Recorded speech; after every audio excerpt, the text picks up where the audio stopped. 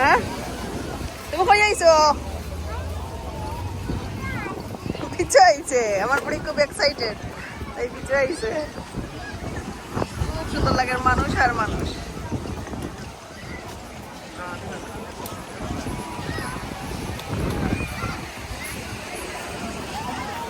গরম আজকে 35 ডিগ্রি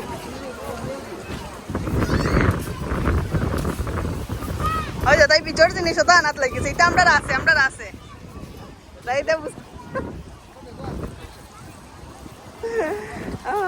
আমরা পিছর জিনিস আগে কিনে আনি দিছি